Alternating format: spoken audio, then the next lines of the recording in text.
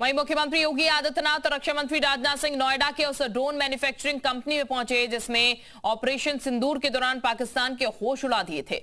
यहीं से योगी और राजनाथ ने पाकिस्तान को एक बार फिर कड़ी चेतावनी देते हुए यूपी की ताकत दिखा दी।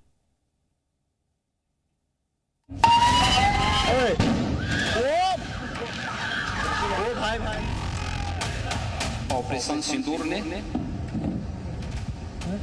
युद्ध के एक नए दौर में प्रवेश किया। उसने भारत के सामर्थ्य और शक्ति का एहसास तो दुनिया को कराया ही।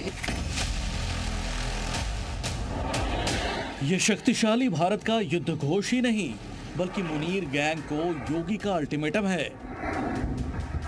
मुख्यमंत्री योगी ने साफ साफ बता दिया कि अगर भारत की तरफ किसी ने भी आंखें उठाई तो उसे मटिया मेट कर दिया जाएगा। भारत ने मुनीर की सेना की गुस्ताखी की सजा 9 एयरबेस को नेस्तनाबूद करके दे दिया है, लेकिन ये सिर्फ भारत की ताकत का ट्रेलर था। इसलिए योगी पाकिस्तान को चेतावनी दे रहे हैं कि हिंदुस्तान के शक्तिशाली स्वदेशी शस्त्र दुश्मनों का ऐसा सर्वनाश करेंगे कि वो सीज फायर के लिए नाक रगड़ने लगेगा।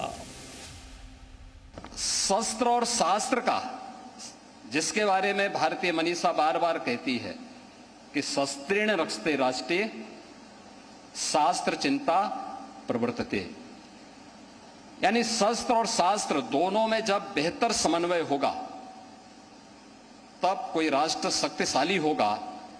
और जब आप शक्तिशाली हैं तो अगला व्यक्ति शांति की अपील करते हुए आपके सामने आएगा। शांति मांगने से नहीं होती है। रक्षा मंत्री राजनाथ सिंह और मुख्यमंत्री योगी ने स्वदेशी तकनीक से बनाए गए ड्रोन्स की यूनिट का आज नोएडा में उद्घाटन किया। इन ड्रोन्स का इस्तेमाल भारतीय सेना ऑपरेशन सिंदूर में कर चुकी है। पाकिस्तान की तरफ से भेजे गए तुर्की में ड्रोन्स को इन ड्रोन्स ने हवा में ही नाकाम कर दिया था। नोएडा में राफे एम फाइवर नाम की कंपनी हर महीने 300 छोटे यूएवी यानी ड्रोन्स बनाएगी। योगी इसलिए मेड इन यूपी शस्त्रों के पराक्रम का पाठ पढ़ा रहे हैं, पाकिस्तान को ब्रह्मोस मिसाइलों के हमले से हुई तबाही याद दिला रहे हैं। क्योंकि लखनऊ की